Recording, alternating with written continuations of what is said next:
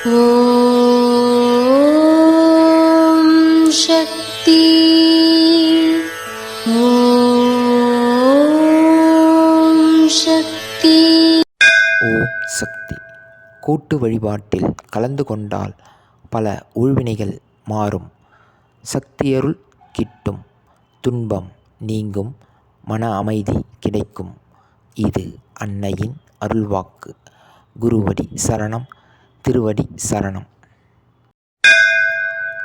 ஓம் சக்தி.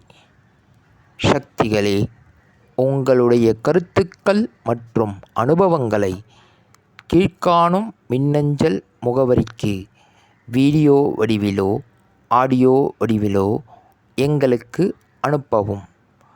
மற்றும் மறுவூர் மகிமை யூடியூப் சேனலை சப்ஸ்கிரைப் செய்யவும்.